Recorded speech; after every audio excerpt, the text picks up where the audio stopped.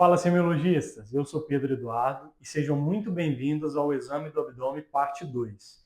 Se você ainda não assistiu a Parte 1, eu recomendo fortemente que você volte e assista o vídeo feito pelo nosso outro monitor, o Caio, em que ele fala sobre inspeção estática e dinâmica, ausculta e percussão. Porque no vídeo de hoje eu vou falar especificamente sobre palpação e vou contar para vocês alguns sinais importantes que a gente pode encontrar no exame físico do abdômen.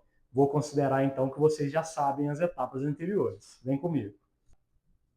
No exame do abdômen, o paciente deve estar em decúbito dorsal, com os membros superiores estendidos ao longo do tórax, e o abdômen deve estar exposto desde o apêndice tifoide até a sínfise púbica.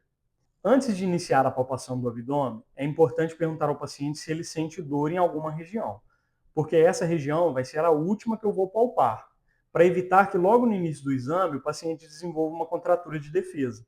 Também pergunto a ele se ele está com vontade de urinar, para evitar possíveis desconfortos. O primeiro passo da palpação é a palpação superficial, em que eu vou usar apenas uma mão e fazer um movimento leve, circular, percorrendo os 9 quadrantes do abdômen. Porque o objetivo aqui é avaliar a parede abdominal. É importante que durante essa avaliação eu perceba se o paciente tem uma hipersensibilidade na parede, se existem alterações estruturais, por exemplo, uma diástase de músculo reto abdominal, lipomas, hérnias, e o mais importante é identificar se o paciente apresenta uma rigidez involuntária, que eu chamo de abdômen em tábua, e é um dos sinais sugestivos de peritonite. No segundo momento, eu vou realizar a palpação dos pontos dolorosos, que são pontos específicos localizados na parede abdominal, que eu vou palpar usando 2 dedos, e se o paciente relatar dor, eu posso pensar que a víscera localizada sob aquele ponto está inflamada. O primeiro ponto vai ser o ponto cístico, mas para localizá-lo é importante que a gente identifique primeiro a borda externa do músculo reto abdominal. Vou pedir para o paciente levantar a sua cabeça, assim eu vejo a contração do músculo reto abdominal e consigo delimitar a sua borda externa. Isso porque o ponto cístico está localizado na interseção do rebordo costal com a borda externa do músculo reto abdominal. Eu palpo o ponto cístico durante a expiração e peço para o paciente inspirar. Se durante a inspiração ele relata dor e interrompe a inspiração abruptamente, eu tenho o sinal de Murphy, que é sugestivo de uma colecistite aguda. Outro ponto que a gente avalia é o ponto epigástrico, localizado na metade da linha entre o apêndice tifoide e o umbigo. Se o paciente relata dor durante a palpação desse ponto, eu posso pensar que ele tem uma gastrite ou uma úlcera péptica. Outros pontos importantes são os pontos ureterais, superior e médio. O ponto ureteral superior está localizado na interseção entre a borda externa do músculo reto abdominal e a linha traçada a partir do umbigo. E o ponto ureteral médio está localizado na interseção da mesma borda do músculo reto abdominal com uma linha traçada a partir das espinhas ilíacas anterosuperiores. Se o paciente relata dor durante a palpação desses 2 pontos, isso é sugestivo de uma inflamação no ureter, causada, por exemplo, por uma pielonefrite ou por um cálculo ureteral. Outro ponto, e por último, é o ponto de McBurney. Para localizá-lo, a gente vai traçar uma linha entre a espinha ilíaca anterosuperior e o umbigo, vai dividir essa linha em 3 partes, e o ponto de McBurney vai estar localizado no encontro do terço externo com os 2 terços internos. Nesse ponto, eu vou realizar uma descompressão brusca. Se o paciente relatar dor, eu tenho o sinal de Bloomberg, que é um dos sinais sugestivos de apendicite. Agora eu vou realizar a palpação profunda, em que o objetivo é avaliar as vísceras do abdômen e buscar massas. Toda vez que eu encontrar uma massa abdominal, é importante que eu descreva suas características. A localização conforme o quadrante, vamos revisar brevemente os quadrantes: hipocôndrio direito, hipogástrio, hipocôndrio esquerdo, flanco esquerdo, fossa ilíaca esquerda, hipogástrio, fossa ilíaca direita, flanco direito. Descrever também o tamanho e a forma dessa massa, a consistência, se o paciente apresenta dor durante a palpação dela, se ela pulsa e qual a mobilidade dela. Agora vou realizar a palpação do fígado. O fígado é um órgão localizado no hipocôndrio direito e para palpá-lo a gente vai realizar a manobra de Lemos-Torres. Uma das mãos, a minha mão não dominante, vai estar localizada no dorso do paciente, realizando uma leve tração anterior. E a minha mão dominante vai ser aprofundada durante a expiração do paciente. E quando ele inspirar, eu aprofundo a minha mão procurando a borda do fígado. Começo na fossa ilíaca direita e vou prosseguindo. Aprofundo na expiração e busco a borda na inspiração. Seguindo até o rebordo costal direito. Geralmente, a borda do fígado não é palpável, mas se ela for palpável numa distância maior que 2 centímetros do rebordo costal, eu posso suspeitar que o paciente tem uma hepatomegalia. Mas eu só vou conseguir confirmar esse dado usando a borda inferior que eu palpei e usando a hepatimetria realizada na percussão, que já foi explicado no primeiro vídeo, para assim estabelecer se o fígado tem uma distância maior que 12 centímetros. Se maior que 12 centímetros, aí sim eu digo que ele tem uma hepatomegalia. Se eu palpar a borda do fígado, é importante que eu descreva algumas de suas características. Por exemplo, a distância que eu palpei em relação ao rebordo costal, a consistência, se é mole, firme ou pétrea, a superfície, se é lisa ou nodular, e a borda, se é fina ou romba. Agora vamos para a palpação do baço, um órgão localizado no hipocôndrio esquerdo.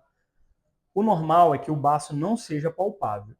Se palpável, ele cresceu pelo menos 2 vezes o seu tamanho. Primeiramente, nós podemos tentar palpar com o paciente em decúbito dorsal.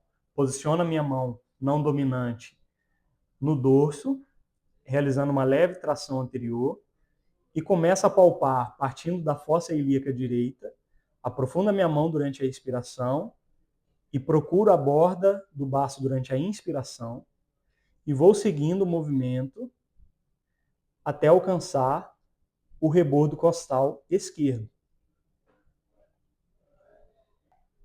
Se eu não conseguir palpar o baço com o paciente em decúbito dorsal, eu posso colocar ele na chamada posição de Schuster, em que ele vai estar em decúbito lateral direito, com o membro superior esquerdo fletido sobre a cabeça e o membro inferior esquerdo fletido a 90 graus, com o membro superior e o membro inferior direito estendidos. Novamente, eu posiciono a minha mão não dominante, fazendo uma leve tração no dorso. Vou começar a minha palpação na fossa ilíaca direita, aprofundando a minha mão durante a expiração, procurando a borda do baço durante a inspiração e sigo o movimento em direção ao rebordo costal. A respeito da palpação do rim, dificilmente ele é palpável, mas existe uma manobra que a gente pode realizar para tentar, que é a manobra de Guion. A minha mão esquerda posicionada na parte dorsal do flanco e a minha mão direita aprofundada na parte anterior do flanco. Eu aprofundo a minha mão durante a expiração e durante a inspiração do paciente, eu tento fazer o encontro das minhas duas mãos para tentar palpar o rim. Uma informação extra, que não se enquadra necessariamente na palpação, é a punho-percussão do ângulo costovertebral, que é uma região localizada no encontro da última costela com a coluna vertebral.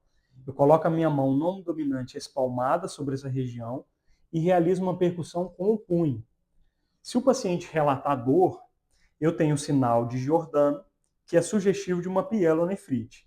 Mas como esse sinal tem baixa sensibilidade, se eu não encontrá-lo, não posso descartar uma pielonefrite. Fechamos a palpação do abdômen e agora eu vou contar para vocês sinais clássicos que a gente pode encontrar no exame que sugerem para a gente algumas das etiologias de abdômen agudo. Lembrando que são 5: abdômen agudo perfurativo, obstrutivo, inflamatório, isquêmico e hemorrágico. No abdômen agudo perfurativo, por exemplo, em que uma alça foi perfurada e existe ar na cavidade abdominal, a gente pode encontrar o sinal de Jobert, que consiste na perda da maciez do hipocôndrio direito, em que essa maciez é substituída por timpanismo, indicando que existe ar nessa região do abdômen. Já no abdômen agudo inflamatório, como eu já citei, a gente pode encontrar o sinal de Murphy durante a palpação do ponto cístico, que sugere uma colecistite aguda. Ou podemos encontrar também o sinal de Bloomberg durante a palpação do ponto de McBurney, que sugere uma apendicite aguda. Mas, particularmente, a apendicite aguda pode apresentar sinais que a gente pode buscar no exame do abdômen. Um deles, além do sinal de Bloomberg, é o sinal de Hovsing, em que eu realizo uma pressão, começando pela fossa ilíaca esquerda, e vou seguindo na direção do cólon até chegar na fossa ilíaca esquerda. Se durante o trajeto o paciente relata dor na fossa ilíaca direita, esse é o sinal de Hovsing, sugestivo de uma apendicite aguda. O sinal de Lipinski eu encontro quando eu pressiono o ponto de McBurney e levanto o membro superior direito. Se o paciente relatar dor, o sinal é positivo. O sinal do obturador consiste na rotação interna da coxa com a perna fletida. Se o paciente relata dor, o sinal é positivo e isso também é sugestivo de uma apendicite aguda. Por fim, o sinal do Psoas é quando o paciente relata dor na fossa ilíaca direita. Quando em decúbito lateral esquerdo, eu realizo uma extensão passiva do seu membro inferior direito. E assim eu finalizo o exame do abdômen. Se você ficou com alguma dúvida ou gostou do vídeo, deixa aqui no comentário que eu vou te responder. Siga o canal para não perder os próximos conteúdos. Muito obrigado e até já!